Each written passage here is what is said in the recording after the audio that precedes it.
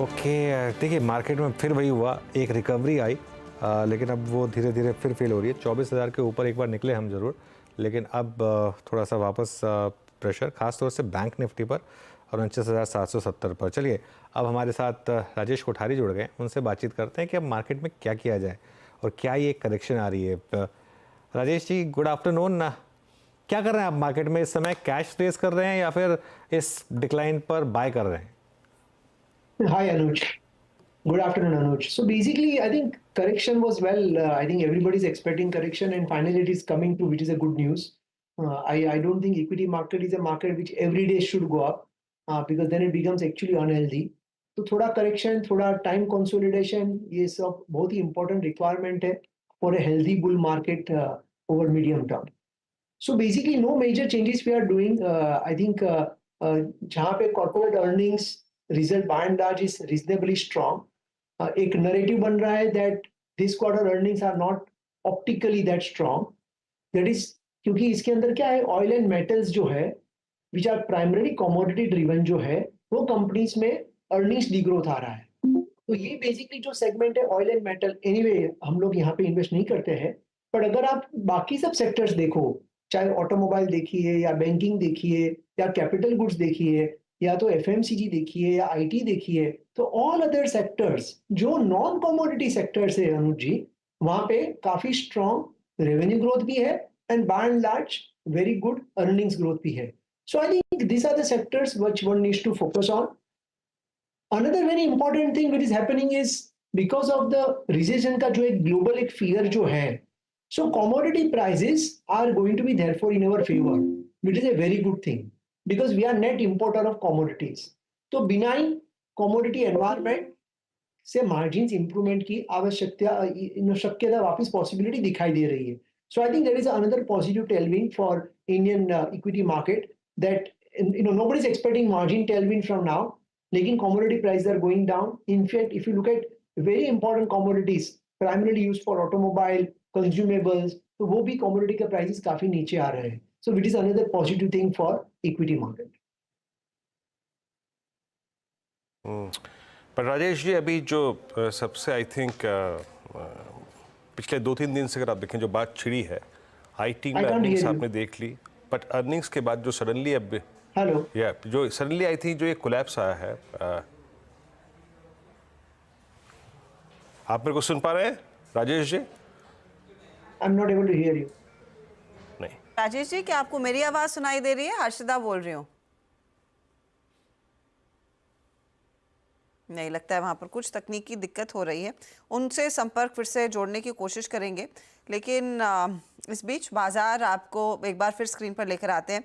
24,000 पर वापसी की कोशिश हो रही है. अब वो फाइनली उसके ऊपर टिकेगा या नहीं, डिफिकल्ट है, लेकिन 23,960 तो हमने छू ही लिया है आज लो के लिहाज से. प्रेशर माउंट होता हुआ और इस घंटे अनुज पिछले 15 मिनटों में स्पेशली, जैसे वीरू भी मेंशन कर रहे थे, बैंक्स की तरफ से वो एक्सेसिव सेलिंग प्रेशर बढ़ता हुआ. आई थिंक वो फिन निफ्टी की एक्सपायरी का इम्पैक्ट है. आई थिंक वीरू ने एसबीआई मार्क किया था, एक बार वापस वो एसबीआई का चार्ट देख लेते हैं, उसका एक इम्पैक्ट मेरे ख्याल से है. लेकिन हर्षदा, एक चीज़ तो है, एटलीस्ट कल का लो बच रहा है. आज जो है, आज का क्लोज जो है, अब आधे घंटे में मुझे लगता है कि कोई बहुत ज़्यादा चेंजेस आ जाएंगे, लेकिन निफ्टी पर एटलीस्ट कल का लो हमने प्रोटेक्ट कर लिया और एक बार के लिए हो सकता है 24,000 भी प्रोटेक्ट करके बंद हो जाए. तो क्लचिंग ऑन टू स्ट्रॉस की जो बात है ना, कल भी एक बात ही क्लियर हुई थी कि क्लोज खराब था. आज का क्लोज तो बहुत ही खराब है, ठीक है, और इतने डिसेंट क्यूज पर मार्केट इस तरीके से बंद होगा. आज यूएस फ्यूचर्स भी अब उतने ऊपर नहीं रहे जितने थे. आज देखते हैं. अब इशू क्या है ना, कल सुबह के लिए कोई भी ट्रेड लेना गैम्बल है. आज रात को क्या होगा यूएस मार्केट में, और प्लस अगर आप कोई ट्रेड लेके जाएंगे ना, ट्रस्ट में आज आपको नींद नहीं आएगी रात को. आप रात को 2 बजे तक यूएस मार्केट देखते रहेंगे. तो इसके लिए कल सुबह सुबह फ्रेश पी लीजिए, वो बेटर रहेगा. आई थिंक राजेश हमारे साथ जुड़ गए हैं. राजेश, आई थिंक जो वीरू आपसे सवाल पूछ रहे थे वो टेक्नोलॉजी को लेकर था. टेक कंपनियों में अब किया क्या जाए, कंसिडरिंग नंबर्स में थोड़ी सी विजिबिलिटी आने लगी थी कि शायद सेकेंड नहीं तो third quarter onwards business pickup होगा, लेकिन ये जो लेटेस्ट क्राइसिस अमेरिका पर मंडराने लगी है, जहां पर कई सारे लोग कहने लगे कि शायद वहां पर रिसेशन का खतरा है. अब क्या एक्सपोजर रीसेट करना चाहिए आईटी में अगर पहले ले लिया था तो? नहीं, no I don't think so, because जैसे यूएस मार्केट में रिसेशन का जो फियर हो रहा है, तो US market primarily now rate cut will start. अभी रेट कट 1 होता है या रेट कट 2 होता है या रेट कट 3 होता है over a period of 12 months, it is anybody's guesstimate and estimate. But as the rate cuts, that journey starts, the IT companies will again start doing well over there. Please remember, equity markets are little bit ahead of time. तो जो fundamental की impact market में तो 6-8-12 महीने पहले हमें करनी पड़ती है. तो हमें लग रहा है कि 2-3 क्वार्टर के बाद growth is going to be better, और इसके लिए therefore from IT sector is going to be by at declines from now on. I think it is going to be at current valuation, because they have already gone up last 1-1.5 महीने में काफी अच्छा एक strong movement आया हुआ है, and therefore probably at current levels it is not much upside. But if one looks at buy declines over next 12 to 18 months perspective, then I think it can be again a good long-term position. अच्छा राजेश जी, अभी आप कुछ देर पहले इस discussion में commodities का जिक्र कर रहे थे. ये क्रूड की ट्रेजेक्ट्री आप लोगों के अनुमान के मुताबिक है या नहीं? आई मीन 80, 79, 79, 40, और ऐसे में आप लोग इस वक्त जो हमें एक ट्रेडिंग स्विंग या फिर एक हल्का सा प्राइस स्ट्रेच पेंट में एडहेसिव स्पेस पे नज़र आ रहा है, उस पर इंटरेस्ट है आप लोगों का? इस पर चेस कर रहे हैं इसको? बेसिकली एज ए पोर्टफोलियो हम लोग कमोडिटी कंपनी में इन्वेस्ट करते नहीं है, लेकिन जो वर्ल्ड का जो एनवायरनमेंट है उसमें एक चीज तो शायद बाय एंड लार्ज क्लियर है, that commodity prices are not going to go up. That's a very good news for us. Be it a companies which are present into the adhesives या paint बोलिए या tyre companies बताइए या ये all this kind of companies, they are going to basically get benefit, because in ये basically जो commodity prices, be it a crude और crude के डेरिवेटिव्स या B it even metals, those prices are likely to remain benign, which is a good news for us.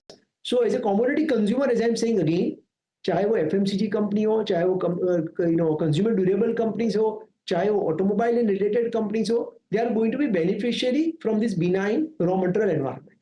Okay. Textile stocks हैं क्या आपके portfolio में, या फिर आप ऐड करेंगे बांग्लादेश में जो हुआ उसको लेकर? We are holding few textile companies, क्योंकि यहाँ पे क्या है ना कि बांग्लादेश को खैर that is just overnight development, and I don't think structurally it happens in such short term to move from one country to other country. Vietnam is also काफी बड़ा कॉम्पिटिटर है इंडिया का, so it will play out in the medium to long term. But otherwise textile companies का valuation reasonable है, the margins are going to be also resilient, and US market की economy जैसे धीरे धीरे recover हो रही है, तो वहां पे जो कंज्यूमर का जो कंपनीज का जो डीस्टॉकिंग हो गया था, which has significantly impacted many companies' revenue, तो वो अभी नॉर्मलसी की तरफ जा रहा है, एंड इंडिया का मार्केट शेयर स्लोली स्टेडीली बढ़ रहा है compare to China. So we are overall positive on the textile companies, particularly on the home linen segment or particularly in the garment segment. These two are the segment on which we are positive. Valuations are also quite reasonable. They have not run up that high, and the balance sheets of Indian textile companies, particularly 2-3 players in these segments, they are extremely robust. So that makes us a little bit positive on this textile as a space. Rajesh ji, पिछले 2 trading sessions में मैं Friday से गिन रही हूँ, Friday और कल FMCG कंपनियां रेजिलिएंट रही हैं, यहाँ पर लोगों ने पैसा पार्क करना शुरू किया है. अब एफएमसीजी में आप वो रूरल डिमांड गिन रहे हैं, वहाँ पर ग्रोथ आएगी, उस लिहाज से एक अपॉर्चुनिटी है, या फिर इस मार्केट में कुछ डिफेंसिव चाहिए तो ये स्टॉक्स लेना ज़्यादा बेहतर है, या फिर दोनों का प्ले है? देखो हर्षिता जी, आई थिंक 3 months पहले आपकी चैनल पे हमने बताया था कि we have started buying FMCG companies. उसके 2 रीजन है. एक तो रूरल का जो डिमांड का जो बेस है वो बहुत ही नीचे का बेस है, तो ये बेस से हम खराब नहीं कर सकते as a economy. That base से we are going to do better, that is number 1. उसके बाद number 2, the monsoon has been quite good, तो रेनफॉल अच्छा रहा, तो that will also help for improvement in rural demand. Third important thing is कि जो pricing pressure जो था particularly from the e-commerce players, that is also slightly reducing, क्योंकि वहाँ पे भी there is a winter of the private equity raising, so the competition is also becoming a little bit more healthier. पहले जैसा competition नहीं रहा, unhealthy competition is not happening, which is also good thing. And fourth important, because of all these things, along with elections, be it central election or be it state elections, that also do a little bit more spending, which helps rural to recover. So the revenue growth is going to be better, the volume growth is going to be better, margins are going to be a little bit better. So earnings growth, because of these 2 parameters, is going to be better than what we have seen in last 3 years. And on valuation, many of these companies are trading at where they were 3-4 years back in terms of absolute prices or in terms of the relative valuations. So again, one need to do cherry picking within the entire consumer space. We also consider automobile as also a part of rural play. We consider FMCG as a part of rural play. We consider consumer durable as a part of rural play. And we also consider, discretionary companies are also part of the urban or rural play. So in that, we need to do cherry picking. And I think there are enough opportunities in this basket. Rajesh ji, इस बार जोमेटो के वाकई अगर आप देखें बेहद शानदार number रहे। Street ने आई थिंक उसको हाथों हाथ लिया, all time high. Even I think इस सेगमेंट में आप जुबिलेंट फूड्स को देखिए अच्छा करता हुआ। इस सेगमेंट में आप लोग क्या चीज़ कर रहे हैं इस वक्त, और किन स्टॉक्स पे आप लोगों ने कैपिटलाइज किया अपने आप को? Basically, this entire thematic जो है वो basically there is a consumer discretionary. Now, consumer discretionary you can play through various, what I would say, various opportunities within this space. Either you can play through jewelry, or you can play through retail, apparel as a play, or you play through, the platform companies which are into home delivery kind of companies, what you are mentioning. So we have a various segments within that, and it is not that A versus B. Both A and B, in each of these segments, the winner is going to basically make tons of money, correct? And our largest holding, from last 3.5-4 years, Trent has been our biggest holding across our portfolio. Kindly please put a disclaimer because we are holding this company for our all PMS clients. So this is not a recommendation, but we are holding from last 2.5-3-4 years, and it has been a super journey for us. And we continue to like this kind of a names, जहाँ पे the tailwinds are going to be in your favor and companies doing the best. I think please remember one important thing which I wanted to highlight is the aspirations, of course, are becoming higher and higher, but the affordability is also important. And this is a kind of a name trend which is providing, satisfying the customer aspiration at the affordable price. Now, that is not the case with many other discretionary play. For example, if company keep increasing the platform fees, at some point of time, it may become unaffordable.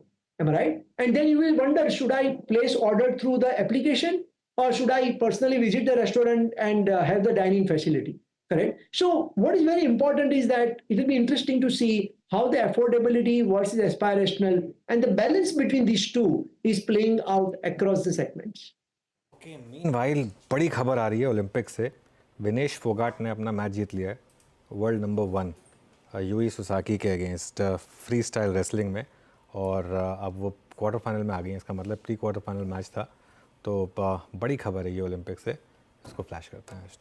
चलिए, तो एक और तो अब quarter final, उसके बाद अभी ये आई थिंक वो अपने जो अर्ली राउंड्स होते हैं, हाँ, अभी क्वार्टर ग्रुप वाले, वो क्वार्टर फाइनल अगर जीत लिया तो फिर मेडल ऑलमोस्ट पक्का हो जाएगा फिर। चलिए, तो फिर ये फिलहाल आपके लिए update.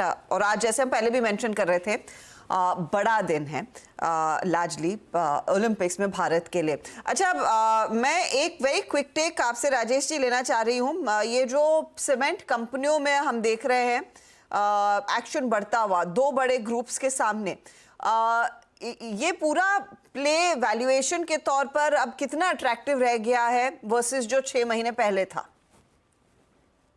Incrementally from the valuation perspective, जो छोटी कंपनी और बड़ी कंपनी में जो बड़ा वैल्यूएशन गैप था, बहुत सारी कंपनीज में valuation the gap is now not that big. तो इंक्रीमेंटली अगर आप पूछेंगे तो ये अभी इतना बड़ा ट्रेड नहीं रहा जो 6 महीने पहले था। तो one need to be very conscious कि क्या वैल्यूएशन पे आप कंपनीज ले रही है, and it is not that every company is going to be sold out. So there are companies which will continue to remain in the end they have to fight these big companies, be it a Birla Group or be it Adani Group. So I think one need to be very, very selective. This is a space, which will further getting consolidated. But ultimately, what is also important is the underlying demand growth. So wo jo underlying demand growth hai currently is not that extremely strong.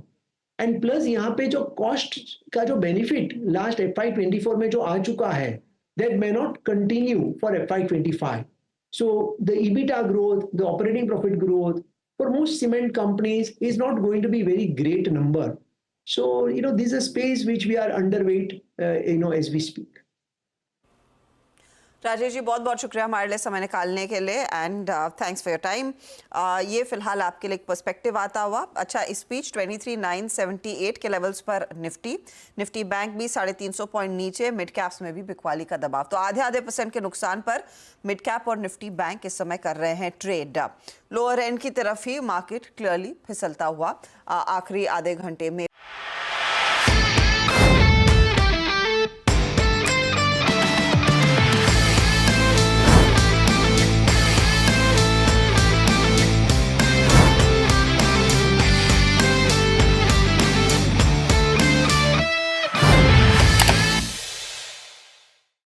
बता दें कि money control पर दिए गए विचार experts के अपने निजी विचार होते हैं। वेबसाइट या मैनेजमेंट इसके लिए उत्तरदायी नहीं है।